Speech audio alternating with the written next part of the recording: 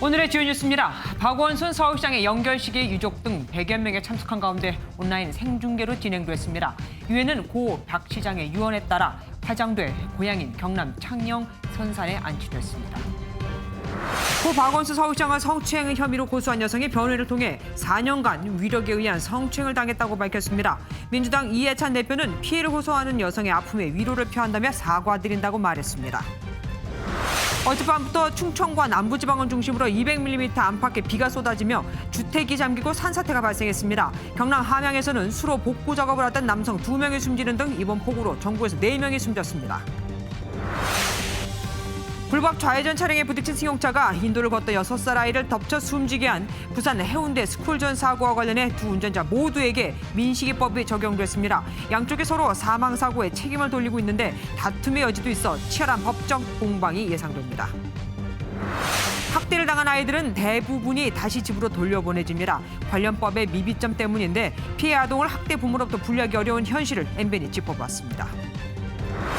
해외 유입 신규 확진자가 43명으로 110일 만에 가장 많은 수를 기록했습니다.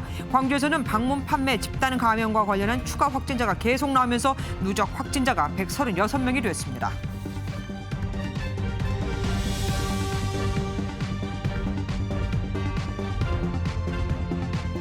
고 박원순 서울시장의 발인이 오늘 오전에 진행됐습니다.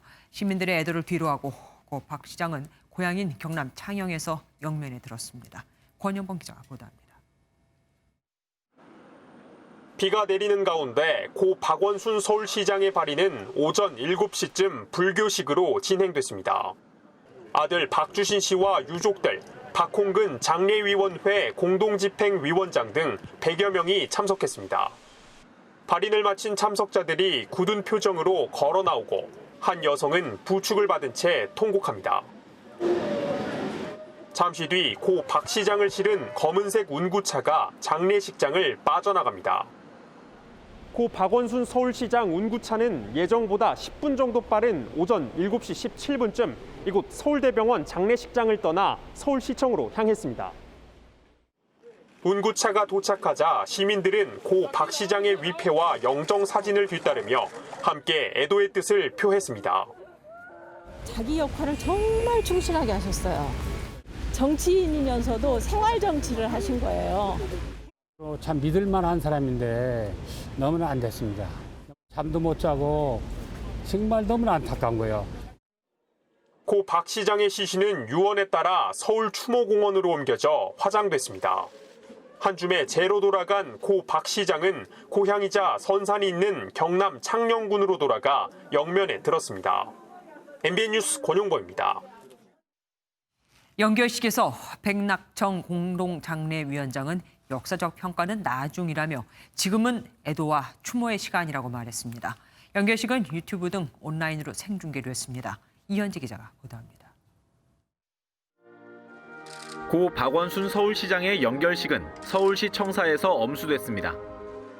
공동장례위원장인 백낙청 서울대 명예교수와 이해찬 더불어민주당 대표, 서정엽 서울시장 권한대행이 추모사를 맡았습니다.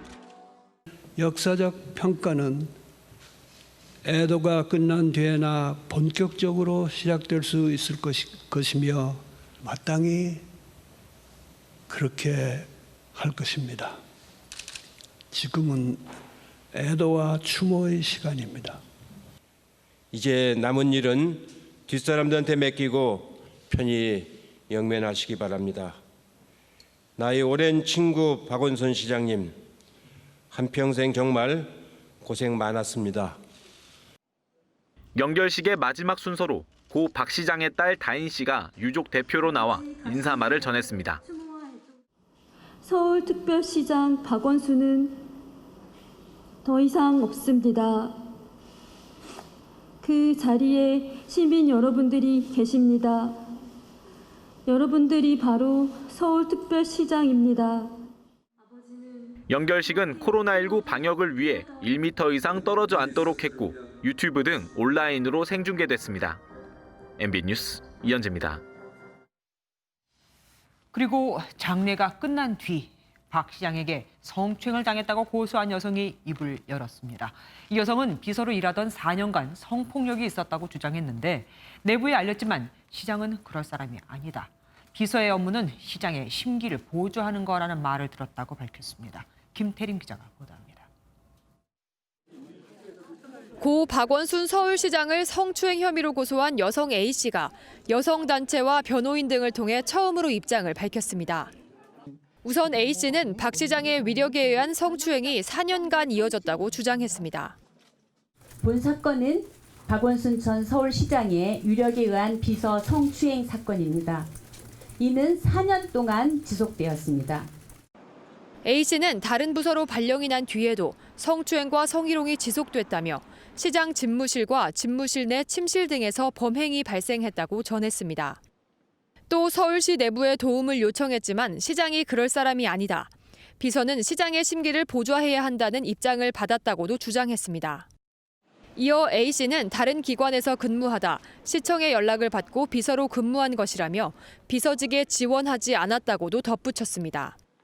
직접 쓴 글을 통해서는 처음에 소리 지르지 못한 게 후회스럽다며 권력 앞에서 약한 자신을 법을 통해 지키고 싶었다고 토로했습니다. 거대한 권력 앞에서 힘없고 약한 저 스스로를 지키기 위해 공정하고 평등한 법의 보호를 받고 싶었습니다. 인간적인 사과를 받고 싶었습니다. 한편 A씨의 법률 대리인 김재련 변호사는 온 오프라인상으로 가해지고 있는 2차 가해에 대한 추가 고소장을 제출했다고 밝혔습니다. A씨에 대한 경찰의 신변보호 조치도 고소장을 제출했을 때부터 계속되고 있습니다. MBN 뉴스 김태림입니다. 피해 여성이 성추행을 당했다고 주장한 그 기간엔 미투 운동, 안희정 전 충남지사 사건이 있었습니다. 또한 서울시는 여성들이 각종 범죄로부터 안심할 수 있는 환경을 만들어가겠다며 젠더 특보를 시장실 직속으로 만들기도 했었죠. 피해를 주장하는 여성은 경찰이 현재까지 조사한 내용을 바탕으로 입장을 밝혀달라고도 요구했는데 경찰은 공소권 없음으로 처리할 방침이었죠. 어떻게 될까요? 강세영 기자가 알아봤습니다. 경찰은 고 박원순 서울시장의 성추행 의혹 사건을 추가 수사 없이 종결해 검찰에 넘길 방침입니다. 현행법상 피의자나 피고소인이 숨지면 공소권 없음으로 사건을 처분하기 때문입니다. 하지만 고소인 A씨 측은 현재까지 진행된 수사를 바탕으로 경찰이 입장을 밝힐 것을 요구했습니다. A씨의 휴대전화 포렌식 자료와 심야 비밀 대화에 초대한 증거 등을 이미 제출했다는 겁니다. 경찰에서는 고소인 조사와 일부 참고인 조사를 통해 사건의 실체를 파악한 것으로 알고 있습니다. 경찰은 현재까지의 조사 내용을 토대로 사건에 대한 입장을 밝혀주십시오. 실제로 공소권 없음으로 종결될 사건이라도 경찰이 입장을 밝히거나 조사를 하는 것 자체가 불가능한 일은 아닙니다. 하지만 수사가 시작되자마자 박 시장이 숨져 피고소인의 반론을 듣지 못한 만큼 경찰이 나서서 사건 진상에 대한 입장을 밝히기는 어려울 것이라는 분석이 적지 않습니다. 피고소인에 대한 입장이나 이런 것을 듣지 않은 상태에서 결론을 내는 것은 적절하지 않기 때문에 고소인 측에서 실체적 진실에 관한 걸 밝혀달라고 요구를 하더라도 경찰 쪽에서 그 결론을 내는 것은 쉽지 않다고 보여집니다. 이에 대해 경찰은 아직 공식적인 입장을 내놓지 않고 있습니다. 한편 A씨 측은 서울시도 조사단을 꾸려 진상조사에 나서달라고 요구하고 있는 만큼 서울시 감찰이나 국회 진상조사단 조사도 거론되고 있습니다. MBN 뉴스 강세현입니다. 기자회견이 열리기 직전 고 박원순 서울시장 장례위원회는 기자단에 보내는 문자 메시지를 통해 회견을 재고해달라고 요청했었습니다. 취재기자 전화로 연결돼 있습니다. 강용호 기자, 장례위원회 측에서 새롭게 나온 얘기가 있습니까? 네, 고소인 측의 기자회견을 20여 분 앞두고 박원순 서울시장 장례위원회는 서울시 출입기자단에 한 통의 문자 메시지를 보냈습니다. 유족들이 온전히 눈물의 시간을 보낼 수 있도록 고인과 관련된 오늘 기자회견을 재고해달라는 내용이었습니다. 기자회견이 끝난 뒤 입장 표명 요구가 빗발치자 장례위 측은 장례 절차에 집중하겠다는 입장을 추가로 밝혔습니다. 서울시 역시 별다른 입장을 내놓지 않고 있는데요. 서울시 고위 관계자는 취재진과의 통화에서 상황을 주시하고 있으며 오늘 중 추가 입장 발표는 없을 것이라고 전했습니다. 다만 고소인 측이 서울시에 이번 사건에 대한 진상 규명을 요구한 만큼 이에 대한 입장 표명을 미루지는 않을 것으로 예상됩니다. 유가족은 현재 장례 절차를 마무리하기 위해 고 박 시장의 고향인 경남 창녕에 가 있는데요. 그동안 언론 노출을 꺼려왔던 만큼 서울로 돌아오더라도 유족 측에서 입장을 내놓을 가능성은 크지 않아 보입니다. 지금까지 사회부에서 MBN 뉴스 강영호입니다. 지금은 고 박원순 서울시장을 추모할 때라며 말을 아끼던 더불어민주당이 고소인에 대해 사과의 입장을 내놨습니다. 하지만 진상조사 등을 어떻게 할지를 두고는 고민에 빠졌습니다. 선한빛 기자가 보도합니다. 고 박원순 서울시장이 숨진 후 고소 사실과 관련해 극도로 발언을 자제했던 더불어민주당에서 처음으로 공식 사과 입장이 나왔습니다. 피해 호소 여성 측의 기자회견이 열린 뒤 이해찬 당대표는 이런 상황에 이르게 된 것에 대해 사과드린다고 밝혔습니다. 예기치 못한 일로 시정 공백이 생긴 것에 책임을 통감합니다. 피해를 호소하는 여성의 아픔에 위로를 표합니다. 이런 상황에 이르게 된 것에 사과드립니다. 앞서 이해찬 대표는 고소와 관련한 질문을 던진 기자의 부적절한 대응으로 도마 위에 올랐는데 그건 예의가 아닙니다. 그런 걸 이 자리에서 예의라고 합니까? 그걸. 이에 대해 당대표가 직접 사과할지 여부는 결정되지 않았다고 설명했습니다. 피해 여성에 대해 당내 여성 의원들이 침묵하는 가운데 일각에선 고인에 대한 명예훼손까지 언급하는 등 논란이 계속되고 있습니다. 박원순 시장이 가해자다라고 하는 점을 기정사실화하고 있는 것이기 때문에 또 다른 점에서 사자 명예훼손에도 해당할 수 있는 얘기입니다. 민주당은 자체 진상조사 계획에 대해서 피해 호소 여성 측이 다음 주에 내놓는 입장을 보고 결정하겠다고 말했습니다. MBN 뉴스 선한빛입니다. 미래통합당은 추모가 끝난 만큼 이제는 진실의 시간이다. 이제는 진상조사를 해야 한다고 밝혔고 안철수 국민의당 대표는 현 정권의 고위공직관에 문제가 있다고 지적했습니다. 이번 일에 대해 조용한 민주당 내 여성 의원들과 여가부를 두고도 질타가 쏟아지고 있습니다. 우정환 기자입니다. 미래통합당은 고 박원순 서울시장과 관련한 의혹에 대해 이제 추모가 끝난 만큼 더불어민주당이 직접 진상조사에 나서라고 주장했습니다. 통합당은 피해 여성이 고소한 뒤 고소 사실이 곧바로 고 박 시장에게 전달된 흔적이 있다며 누구를 통해 어떻게 전달됐는지 밝혀야 한다고 말했습니다. 이어 피해 여성이 과거 서울시 내부에 문제 제기를 했지만 묵살됐다는 진술에 대해서도 관련 제보가 있다고 지적했습니다. 진상 규명에 민주당이 앞장서십시오. 피해자 중심주의를 외쳤던 민주당의 두 얼굴을 국민들은 똑똑히 목도하고 있습니다. 하태경 통합당 의원은 윤지호 사건 때는 각종 지원을 아끼지 않던 여성가족부가 이번에는 피해자에 대해 침묵하고 있다며 친문 여성은 보호하고 비문 여성은 방치하느냐고 비판했습니다.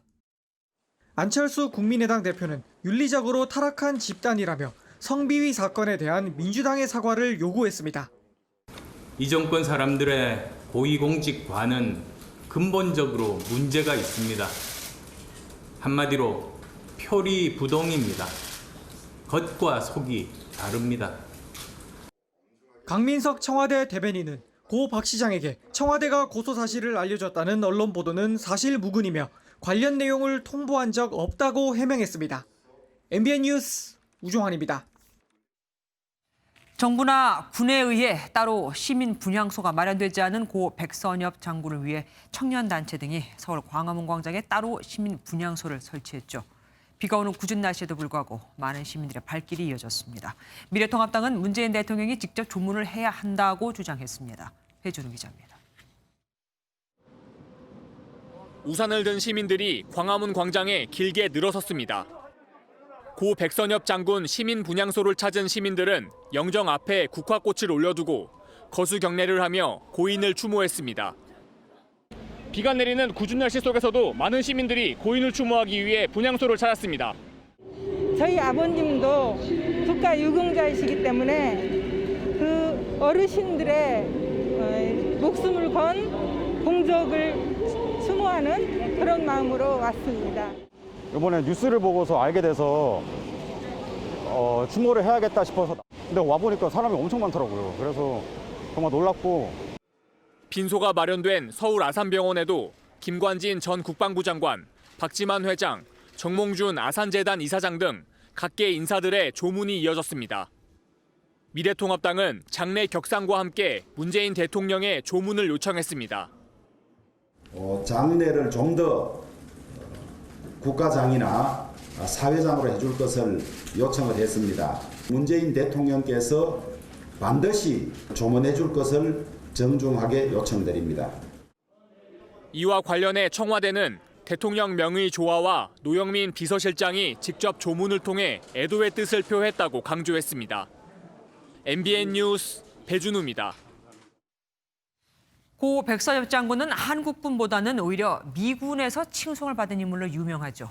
에이브람스 주한 미군 사령관이 직접 찾아 조문을 했고 미국 국가안보회의 NSC도 애도의 성명을 내고 한국은 백 장군 덕에 민주공화국이 됐다고까지 밝혔습니다. 한성원 기자가 보도합니다. 백선엽 장군의 별세 직후 애도 성명을 냈던 로버트 에이브럼스 주한미군 사령관이 박항기 합참의장과 함께 빈소를 찾았습니다. 에이브럼스 사령관은 유족에게 백 장군은 한미동맹의 심장이자 영혼이었다며 깊은 애도를 표한다고 위로했습니다. 에이브럼스 사령관은 지난해 11월 100세 생일을 맞은 고인을 찾아가 무릎을 꿇고 생일을 축하하는 등 각별한 존경심을 표하기도 했습니다. 미군은 백 장군을 6.25 전쟁 당시 다부동 전투를 승리로 이끈 전쟁 영웅이자 한미동맹의 초석을 다진 인물로 평가하고 있습니다. 6.25 전쟁 당시에 풍전등화에 섰던 대한민국을 다부동 전투에서 승리하심으로 누란의 위기에서 우리 대한민국을 구해내셨으며 전직 주한미군 사령관 6명도 한 목소리로 고인이 한국의 생존과 평화적 발전에 커다란 기여를 했다고 추모하는 메시지를 전했습니다. 미국 국가안보회의 NSC는 공식 트위터 계정에 부산에서 판문점까지라는 백 장군의 영문 회고록 표지 사진을 게재했습니다. NSC는 한국이 1950년대 공산주의 침략을 격퇴하기 위해 모든 것을 바쳤던 백 장군과 다른 영웅들 덕분에 오늘날 민주공화국이 됐다며 경의를 표했습니다. MBN 뉴스 한성원입니다.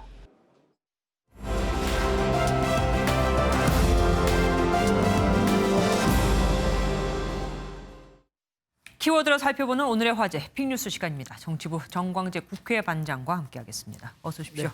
오늘 첫 번째 키워드, 포스트박입니다. 이게 뭡니까? 네, 고 박원순 서울시장의 장례 절차가 오늘 마무리됐죠. 피해 여성 측이 박 시장의 성추행 의혹을 주장하는 기자회견을 열면서 논란이 이어지는 가운데 정치권에서는 3선까지 지낸 박 시장의 빈자리를 두고, 그러니까 포스트박을 두고 여러 얘기가 나오고 있습니다. 박원순 시장 그 이후를 얘기하는 거죠. 그만큼 뭐 의미가 크기 때문일 텐데 조심스럽긴 하지만 어쨌든 조금씩 하마평도 나오고 있더라고요. 네.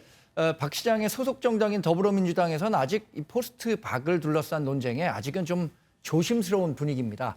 이미 서울시장 선거에 도전장을 낸 적 있었던 추미애 법무부 장관과 박영선 중기벤처부 장관, 우상호 의원 등이 후보로 거론되지만 세 사람 모두 아직은 손사래를 치고 있습니다.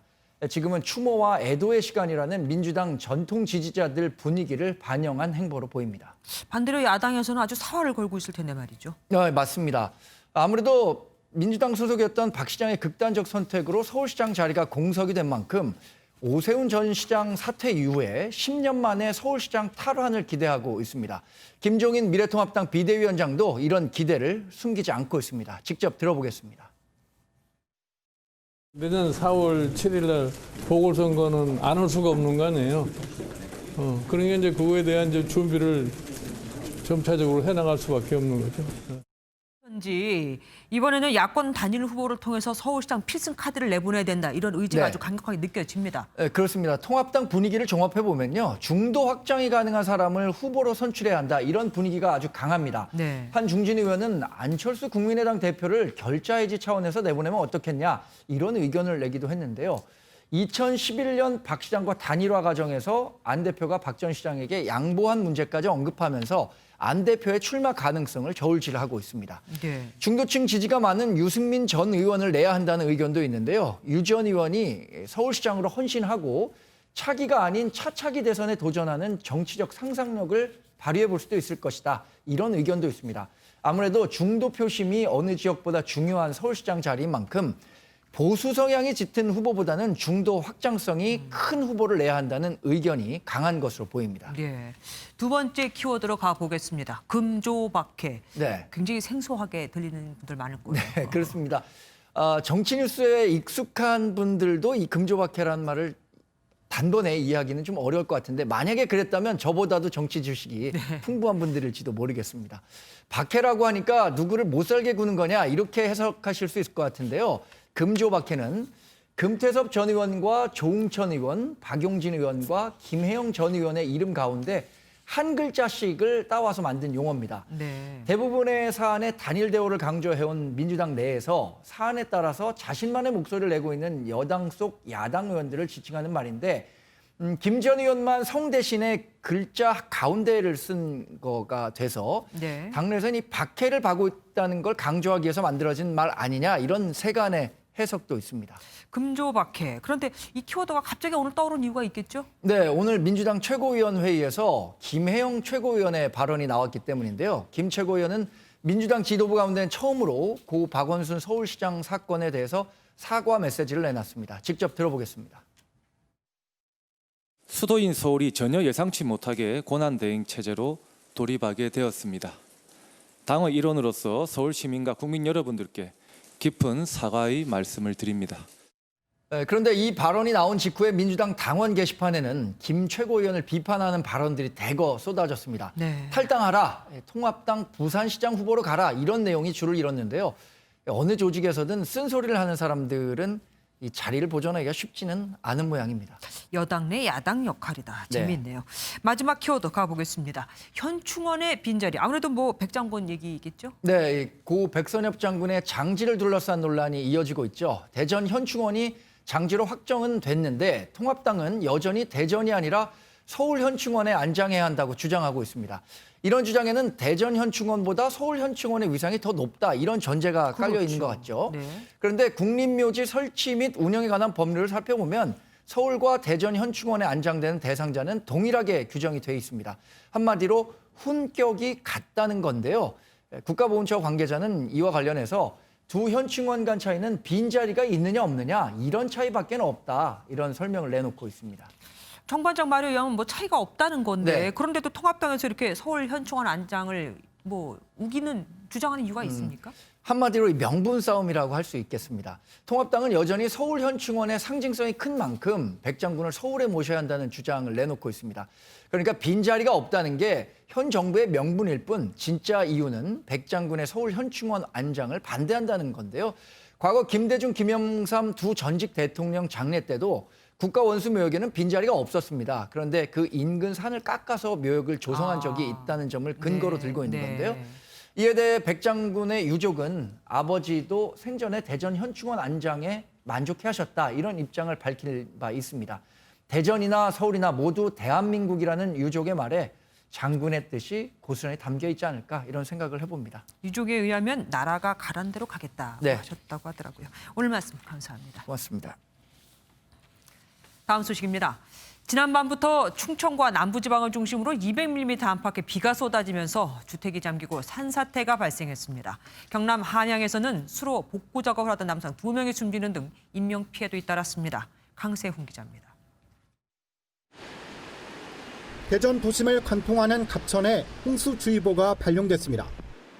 산책로와 주차장 등 모든 시설물이 물에 잠겼습니다. 갑자기 폭우가 오는 바람에 너무 정체가 돼가지고 아침 출근 시간에 너무 힘들었어요.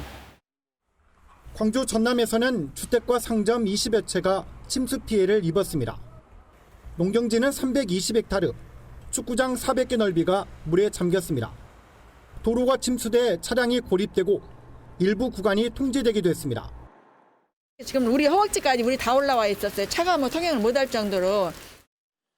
시간당 30mm가 내린 전북 지역도 축대가 붕괴되고 도로가 유실되는 등 40여 건의 피해 신고가 잇따랐습니다.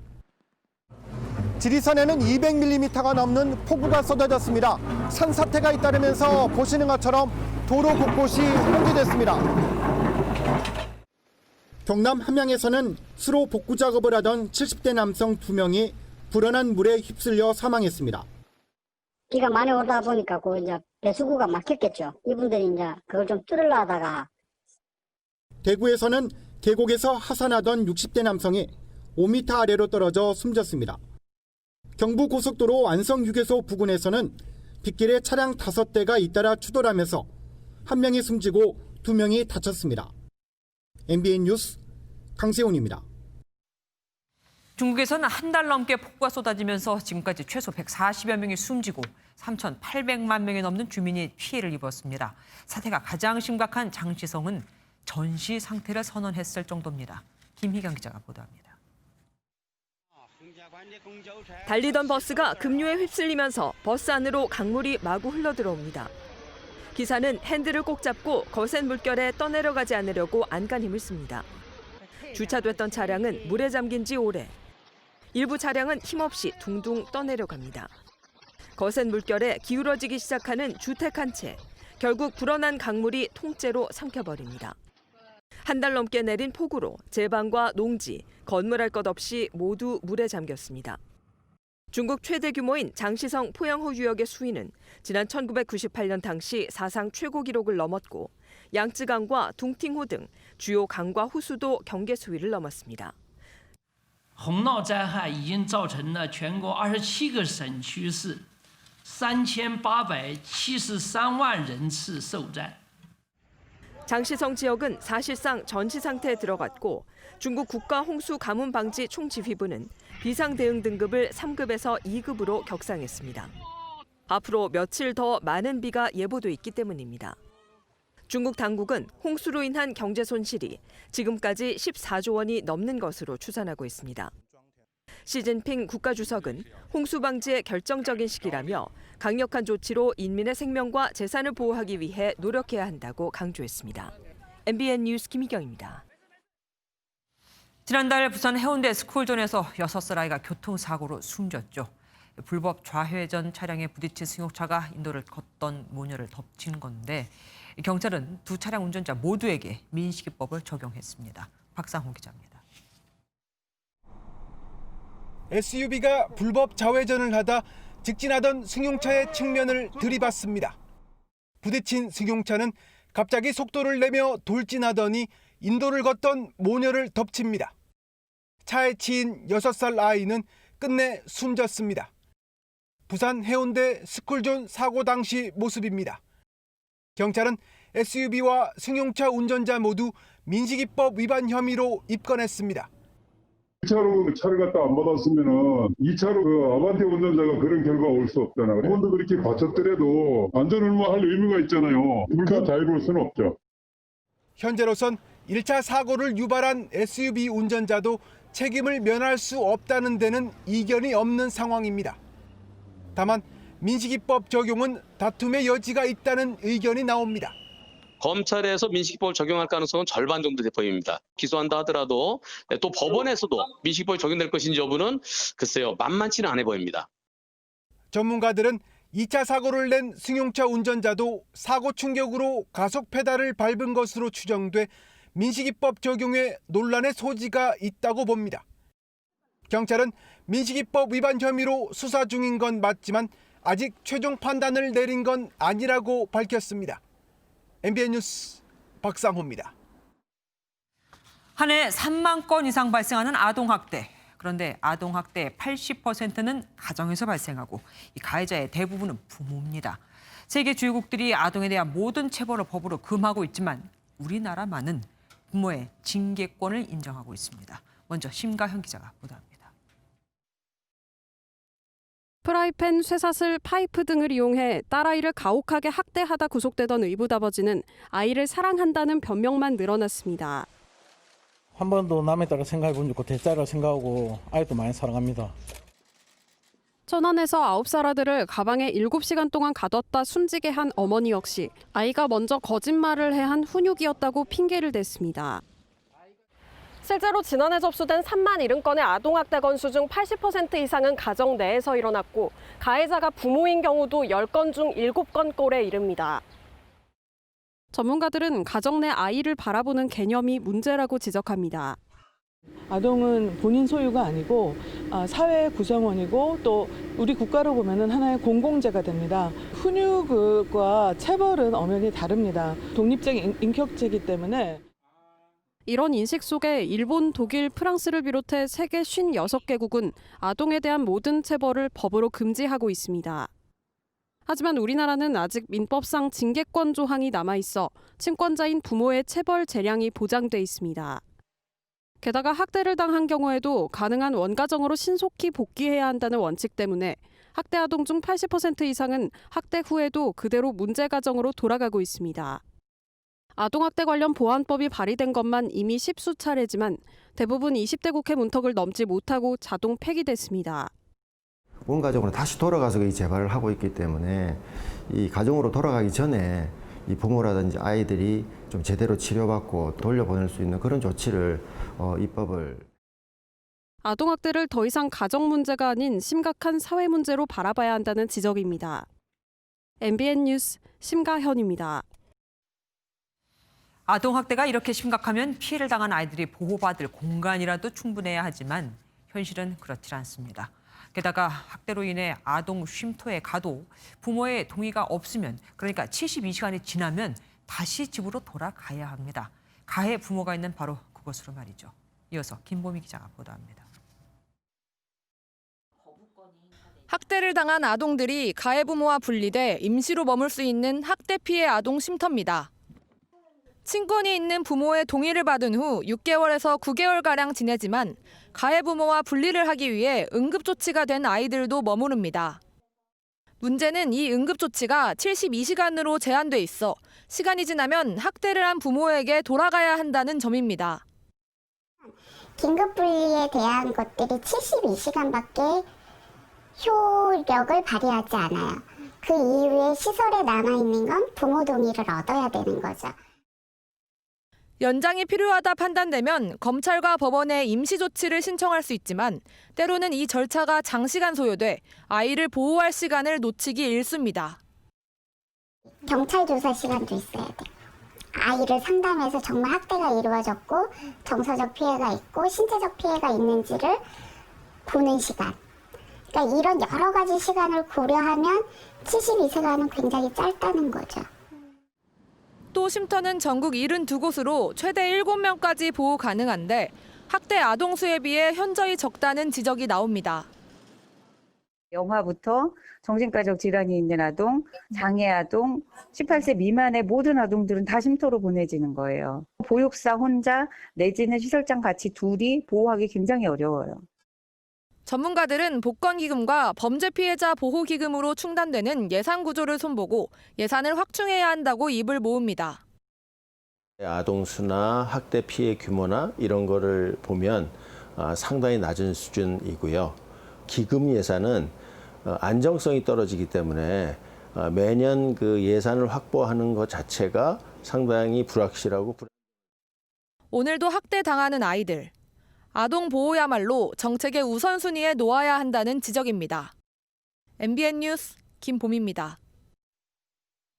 친형 강제 입원 의혹과 관련해 허위 사실을 유포한 혐의로 재판에 넘겨진 이재명 경기지사의 대법원 선고가 이번 주 목요일에 나옵니다.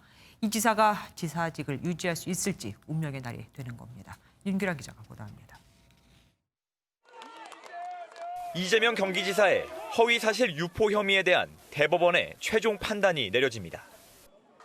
대법원은 지난 4월부터 이 사건을 소부에서 심리했다가 합의에 이르지 못하자 대법원장과 대법관 모두가 참여하는 전원 합의체에 붙였습니다. 대법원은 지난달 첫 심리를 진행한 뒤 심리를 잠정 종결하고 이번 주 목요일 오후 2시에 선고를 내리기로 했다고 밝혔습니다. 이 지사는 친형을 정신병원에 강제로 입원하도록 지시했지만 TV 토론회에서 그런 사실이 없다는 취지의 허위 사실을 공표한 혐의로 지난 2018년 12월 기소됐습니다. 1심 재판부는 이 지사가 공무원을 통해 친형을 정신병원에 입원하도록 시도한 건 맞지만 적법한 조치였다며 무죄를 선고했습니다. 하지만 2심에선 직권남용을 무죄로 보면서도 TV 토론회에서 형을 강제 입원시키려고 한 적이 없다고 말한 걸 유죄로 판단하고 당선 무효형인 벌금 300만 원을 선고했습니다. 1, 2심 판단이 엇갈리면서 이 지사가 토론회에서 한 발언이 허위사실 공표에 해당하는지가 쟁점으로 떠올랐습니다. 대법원이 2심 판결을 유지할지 아니면 사건을 다시 판단하라고 파기환송할지에 따라 이 지사의 지사직 유지 여부가 결정되는 만큼 오는 16일 선고 결과에 관심이 쏠리고 있습니다. MBN 뉴스 윤기란입니다. 소개팅으로 만난 여성을 성폭행한 혐의로 재판에 넘겨져 무죄를 선고받았던 남성이 대법원에서 유죄 판결을 받았습니다. 피해 여성의 진술 일부가 오락가락한다 하더라도 그게 부수적이라면 전체 진술을 부정해서는 안 된다는 취지입니다. 민지숙 기자가 보도합니다. 30대 여성 A씨는 지난 2017년 한 스마트폰 소개팅 앱을 통해 B씨를 만났습니다. 세 번째 만남에서 B씨는 왜 연락을 받지 않느냐며 A씨를 추궁한 뒤 모텔로 데리고 가 성폭행한 혐의로 재판에 넘겨졌습니다. 1심은 B씨에게 강간과 감금 혐의로 징역 3년을 선고했지만 2심에선 A씨의 피해 진술에 일관성이 없다며 무죄가 선고됐습니다. 휴대전화를 뺏겼다고 주장한 A씨가 중간중간 외부인과 통화한 사실이 확인되는 등 당시 상황에 대한 진술이 엇갈렸기 때문입니다. 하지만 판결은 대법원에서 다시 뒤집혔습니다. 피해자가 상당 시간 두려움을 느끼는 상태에서 구체적인 상황에 대해 세밀하게 기억하지 못할 가능성을 감안해야 한다며 공소 사실을 대부분 인정한 겁니다. 성폭행 피해자가 처해 있는 특수한 사정을 충분히 고려해야 한다는 판단입니다. 성범죄의 특성상 피해자는 본인이 체험하지 않은 사실을 가공해서 허위로 진술하기가 상당히 어렵다고 보고 이런 부수적인 진술이 다소 엇갈렸다고 해서 무죄의 근거로는 삼아서는 안 된다는 취지로 대법원은 사건을 파기환송하고 부산 고법으로 돌려보냈습니다. MBN 뉴스 민지숙입니다. 14년 전 연세대는 인천 송도에 병원을 새로 짓겠다고 인천시에 약속을 하고는 당시 금싸라기 송도 땅을 파격적인 값에 3분의 1 값에 받았습니다. 그런데 병원은 지금도 없습니다. 대신 그곳에서 연세대는 임대 사업을 하고 있죠. 노승환 기자가 다녀왔습니다. 지난 2006년 인천시는 송도 땅 90만 제곱미터를 연세대에 3.3제곱미터당 50만 원이라는 싼 값에 공급합니다. 외딴 매립지인 송도를 알려야 했던 차에 연세대가 캠퍼스와 병원을 짓겠다고 했기 때문입니다. 그 부지에 가봤습니다. 이미 5년 전 병원이 문을 열었어야 할 땅에는 간이 야구장과 풋살장이 들어서 있습니다. 병원 건립을 미루다 2015년부터 땅을 한 업체에 빌려주고 임대료를 받아온 사실이 뒤늦게 드러났습니다. 문제는 또 있었습니다. 대학이 원래 목적대로 땅을 쓰면 재산세 등을 감면한다는 관련법에 따라 연세대가 지난 5년간 23억 원의 세금을 면제받았다는 점입니다. 관할구청은 23억 원을 반납하라고 대학에 통보했습니다. 목적의 사업으로 인한 임대 수익들을 저희가 직접 확인했기 때문에 연세대는 억울하다는 입장입니다. 대학 관계자는 관련 규정에 따라 세금 반납에 대한 적부심 절차를 진행하겠다고 말했습니다. 이에 대해 박남춘 인천시장은 10년 넘게 미뤄진 병원 건립을 서승환 연세대 총장에 직접 촉구할 예정입니다. MBN 뉴스 노승환입니다. 해외 유입 확진자가 110일 만에 가장 많은 43명을 기록했습니다. 오늘부터는 방역 강화 대상 4개국에서 들어오는 경우 해당 국에서 발행한 음성 확인서를 제출해야 입국이 가능합니다. 물론 그렇게 입국해서도 2주 자가 격리를 또 따로 해야 하고요. 이혁준 기자가 보도합니다. 영시 기준 코로나19 신규 확진자는 62명입니다. 이 가운데 해외 유입이 43명을 차지했습니다. 지난 3월 25일 51명 이후 110일 만에 가장 많습니다. 검역에서 18명이 확진 판정을 받았고 나머지 25명은 모두 지역사회에서 감염 사실을 확인했습니다. 유입 국가별론 필리핀이 16명으로 가장 많고 우즈베키스탄이 9명, 미국 4명 순입니다. 최근 2주간의 감염 경로를 보면 해외 유입이 42.7%였고 국내 집단 발생은 35.5%로 해외 유입으로 인한 발생의 비중이 증가하였습니다. 월별론 5월 192명에서 지난달 323명으로 증가했고 7월은 벌써 288명입니다. 정부는 오늘부터 방글라데시와 파키스탄, 카자흐스탄, 키르기스탄까지 4개국을 방역 강화 대상으로 지정해 음성 확인서를 받습니다. 입국자 수의 확진자 비중이 상당히 높게 되면 저희가 방역 강화 대상 국가로 그렇게 변화시키는 그러한 방식으로. 선원 교대를 위한 입국자의 감염이 늘면서 임시생활시설을 확보한 부산과 여수 항만 입국자는 14일 동안 의무적으로 격리해야 합니다. MBN 뉴스 이혁준입니다. 광주에서는 확진자가 8명 늘면서 2차 유행 이후 136명이 확진 판정을 받았습니다. 새로운 집단 감염 경로로 배드민턴 동호회가 지목됐는데 대회 이후 무려 9일이나 방역 대응이 늦어지면서 이 기간 동안 확진자들은 사우나 등을 다녔습니다. 정치훈 기자가 보도합니다. 지난달 29일과 30일 이틀간 전남대 스포츠센터에서 배드민턴 동호회 간 친선 경기가 열렸습니다. 양쪽 동호회원과 가족 등 97명을 검사한 결과 지난 10일부터 확진자 10명이 쏟아졌습니다. 대회가 열린 후 무려 9일 동안 무방비 상태였는 데는 이유가 있었습니다. 관련 확진자 한 명이 벤치에만 머물렀다고 거짓 진술을 하면서 바로 앞 스포츠클럽에 대한 방역 대응이 늦어졌습니다. 그 사이 확진자들은 사우나와 음식점, 대학 병원 등을 다녀 역학조사에 구멍이 뚫렸습니다. 입구 쪽에서 너무 많은 20여 명 가까이 되는 환자들이 발생하면서 이제 그 부분을 좀 더 심층적으로 하는 데 있어서 조금 더 부족한 부분도 저는 있었다고 생각합니다. 60대 확진자 한 명이 소방차 설비 업무를 위해 광주 시내 소방서 5곳을 방문했습니다. 이 과정에서 접촉한 소방관 29명은 검사를 받고 줄줄이 격리됐습니다.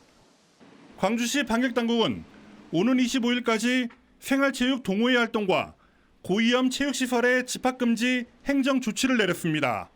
MBN 뉴스 정춘우입니다. 요즘 유흥주점과 노래방같이 감염 위험이 큰 시설에 가려면 QR코드를 찍어야 하죠. 그런데 대신 찍어주고 심지어는 종이에 적고 나갈 때 원하는 사람은 찍고 나가게도 해줍니다. 노태영 기자가 현장을 둘러봤습니다. 제가 나와 있는 곳은 서울 강서 지역의 대표적인 유흥가입니다. 지난 1일부터 전국 헌팅포차와 유흥주점 등 코로나19 고위험 시설에 이런 QR코드 기반의 전자 출입 명부 시스템이 의무화됐는데요. 한번 잘 지켜지고 있는지 둘러보도록 하겠습니다. 음주가 가능한 한 노래방. 바로 수기 작성 명부를 보여주며 수기로 작성해도 된다는 답변이 돌아옵니다. 수기 작성의 경우 개인정보의 진위를 확인하기 쉽지 않습니다. 심지어 CCTV 녹화가 안 되니 적지 않고 이용해도 된다고 말합니다. 안 적을 수도 있다고요? 네, 그런데 대신은 나중에는 우리 집에서 넣었다는 말을 안 해도 돼요. 여기는 녹화가 안 돼요. 다른 유흥주점에 가보니 역시 수기로 명부를 작성했다가 나갈 때는 직접 보는 앞에서 찢어서 폐기해준다고 홍보합니다. 와서 캐시해 드릴 수 있으니까 나중에 가실 때 바로 찢어 드리고 하면 확인시켜 드릴게요. 바로 찢어갖고 그냥 버리면 되니까. 서울 시내 또 다른 유흥가에서는 전화번호만 기재하라며 호객 행위를 하기도 합니다.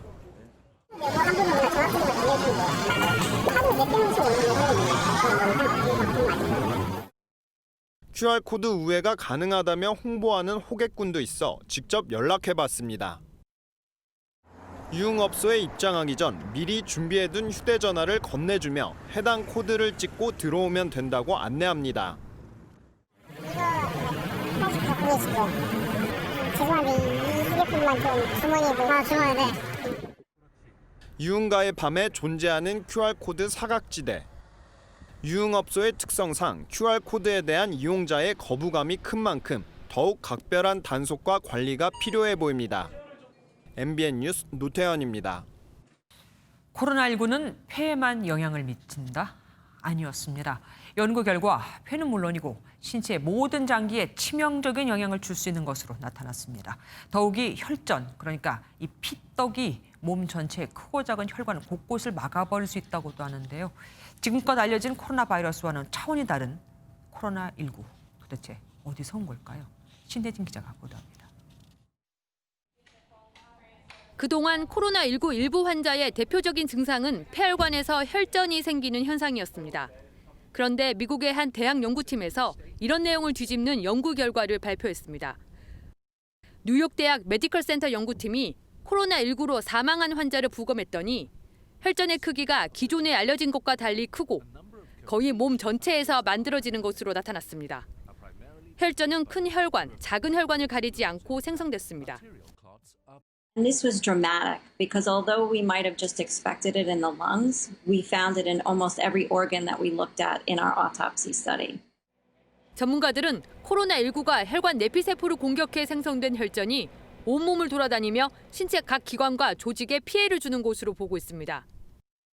앞서 컬럼비아대 한 연구진도 코로나19가 폐는 물론 뇌와 심장, 피부까지 사실상 인체의 모든 주요 기관을 공격하는 다발성 장기 손상을 일으킨다고 보고했습니다. 코로나19가 인체에 침입할 때 사용되는 ACE2가 신장과 대장, 혈관 등 우리 몸 기관 곳곳에서 결국 코로나19 바이러스의 침투 경로가 된다는 겁니다. 코로나19에 감염된 일부 환자에서 혈전이 발생해 뇌졸중, 심장마비, 급성 콩팥병 등의 직접적인 원인이 되고 있습니다. 따라서 마스크 착용과 사회적 거리 두기를 꼭 지켜주시고 각국 연구진들에 의해 그간 베일에 쌓여있던 코로나19의 정체가 조금씩 드러나면서 그 위험성도 갈수록 커지고 있습니다. MBN 뉴스 신혜진입니다.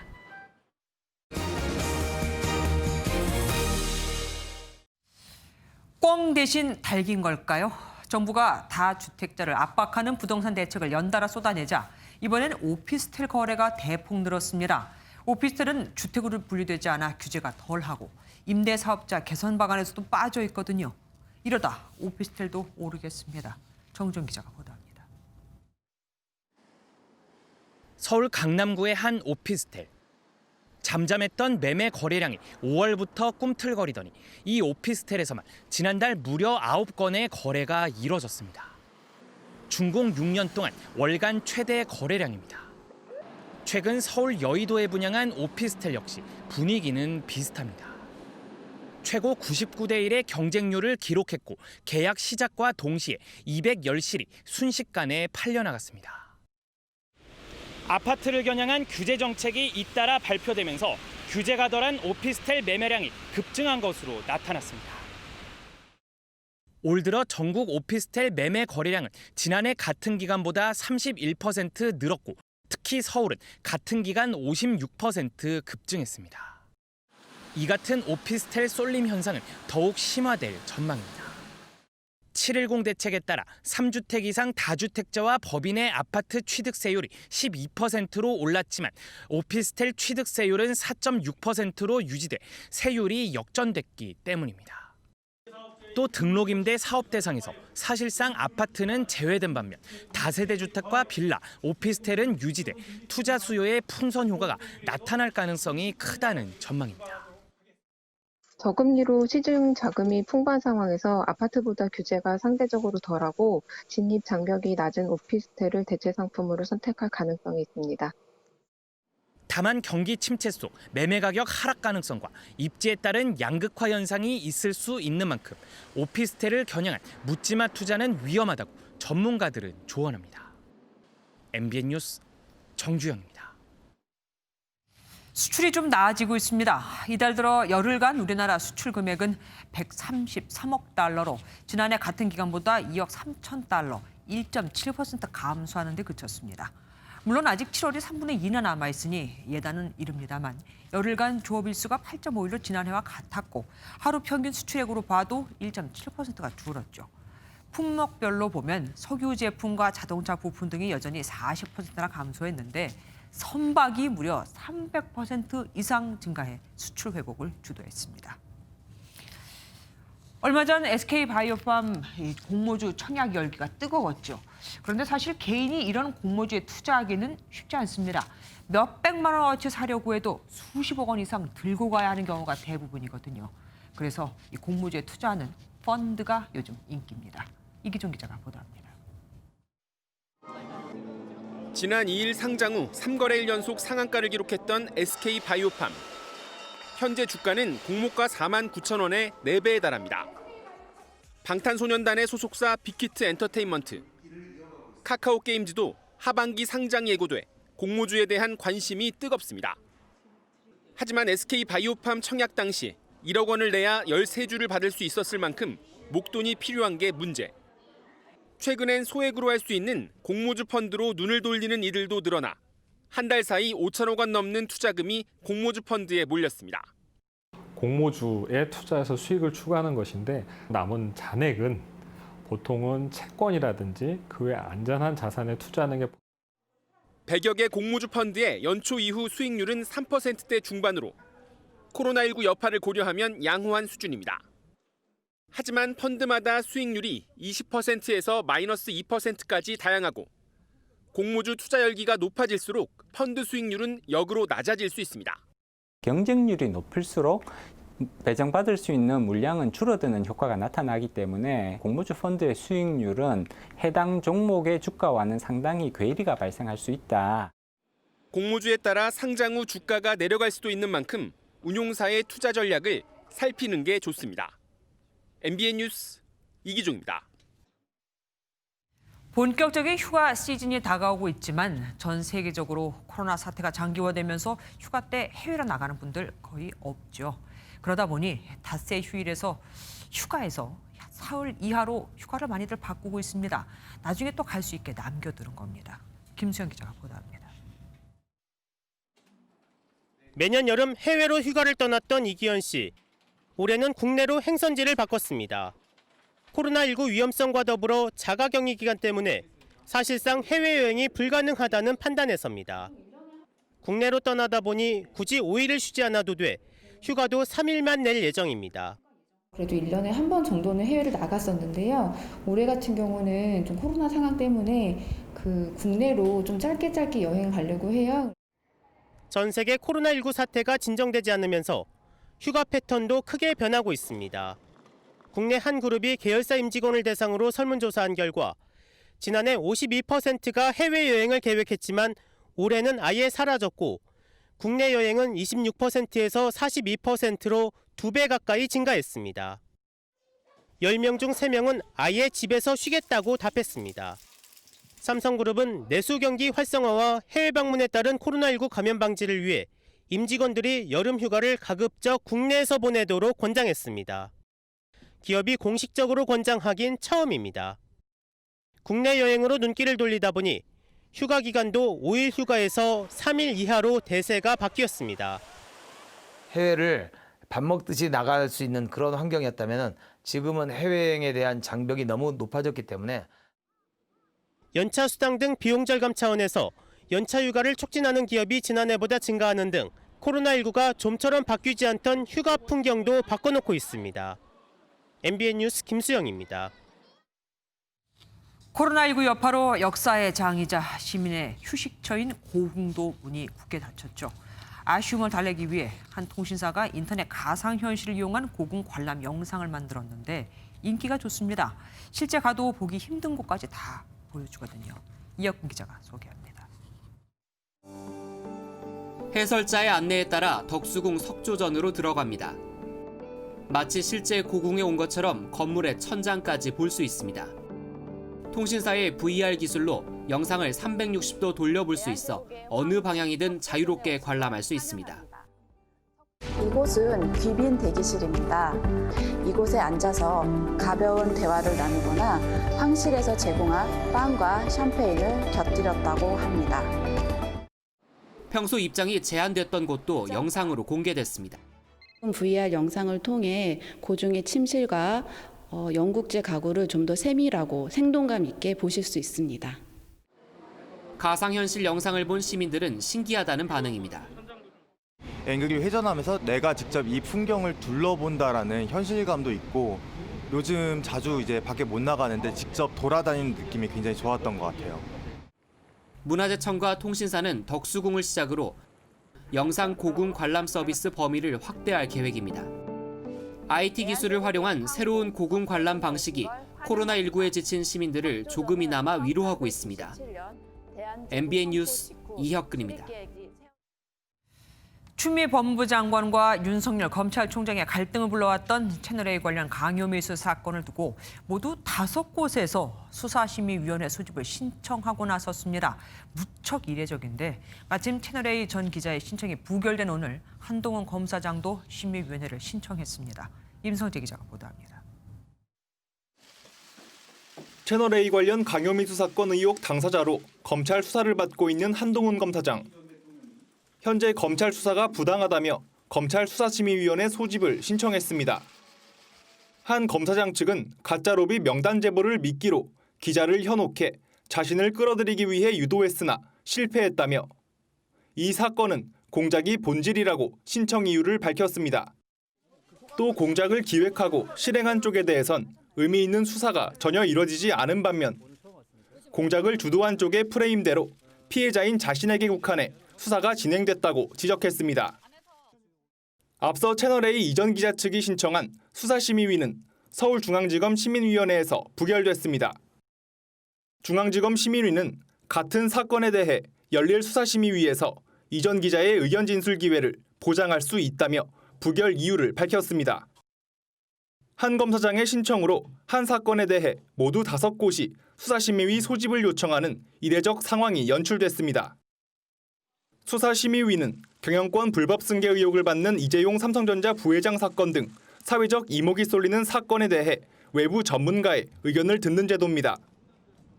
한편 이미 소집 결정이 난 이철 전 밸류인베스트 코리아 대표 측이 신청한 수사심의위는 이달 안으로 열릴 것으로 보입니다. MBN 뉴스 임성재입니다.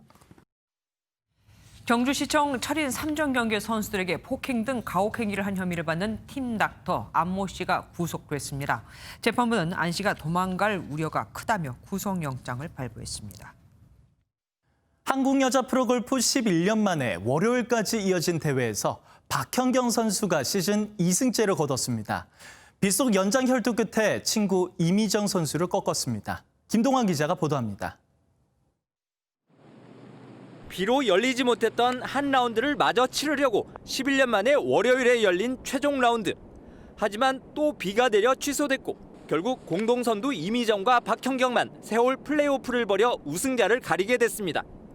쏟아지는 비에 누가 실수해도 이상할 것 없었지만 둘 다 모두 8을 기록해 또 무승부. 결국 최후의 수단으로 서든데스 연장전에 들어갔고 박현경이 먼저 5m짜리 버디 퍼트에 성공하며 승부의 종지부를 찍는 듯했습니다. 하지만 이미정이 똑같은 거리에 버디 퍼팅으로 응수해 2차 연장으로 넘어갔습니다. 여기서 두 번째 샷을 홀컵 1m에 붙인 박현경이 버디를 잡고서야 파에 그친 이미정을 따돌릴 수 있었습니다. 좀 승부가 너무 재밌게 간다 이렇게 생각했었는데 마지막 버디 펫을 하기 전까지도 전혀 긴장을 놓치지 않았어요. 시즌 개막전에서 데뷔 첫 승을 올린 데 이어 2개월 만에 2승째를 올린 박현경은 여자 골프 새로운 대세로 떠올랐습니다. 박현경과 2년차 동기인 이미정은 개막전 최종일 맞대결에 이어 이번에도 박현경과 연장 혈투를 벌이며 최고의 라이벌 구도를 형성했습니다. MBN 뉴스 김동환입니다. 오늘 전국 곳곳에 강한 장맛비로 인해 피해가 속출했습니다. 남해안과 제주의 비는 밤이 되면서 거의 그쳤지만 내일까지 우산이 필요한 곳이 많겠습니다. 내일 강원 영동을 제외한 중부와 호남 서해안은 오전까지 비가 이어지겠고요. 강원 영동과 그 밖의 남부지방은 내일 늦은 오후까지도 비가 내리겠습니다. 앞으로 강원 영동에는 30에서 80mm의 비가 더 내려서 주의가 필요한데요. 수도권과 강원 영서, 충남과 경북 동해안에는 10에서 50mm, 충북과 그 밖의 남부지방에는 5에서 30mm 정도입니다. 오늘 밤부터 내일 아침 사이 강원 영동에는 시간당 20mm 안팎의 강한 비가 조금 더 이어지겠습니다. 우리나라에 영향을 미쳤던 강한 비구름대는 현재 동쪽으로 대부분 빠져나갔습니다. 내일까지는 얇은 카디건 챙기시는 게 좋겠습니다. 내일 서울의 낮 최고 기온이 24도로 오늘보다는 높겠지만 다소 선선하겠습니다. 남부지방도 광주와 대구가 한낮에 24도 안팎을 가리키겠고요. 동해안 내일 오후까지 비가 길게 이어지겠습니다. 내일 비가 모두 그치고 나면 당분간은 장마가 소강 상태에 들며 무더위가 나타날 전망입니다. 날씨였습니다. MBN이 선정한 이 한 장의 사진입니다. 다이아몬드가 박힌 640만 원짜리 마스크, 금 60g을 바른 460만 원짜리 마스크. 요즘은 마스크가 장신구 역할도 하고 있습니다. 방역 효과는 잘 모르겠지만 말이죠. 참, 인도 빈민들은 80원짜리 마스크도 구하지 못해 쩔쩔매고 있다는 소식도 들어와 있네요. MBN 종합뉴스 여기서 마치겠습니다. 함께해 주신 여러분 고맙습니다.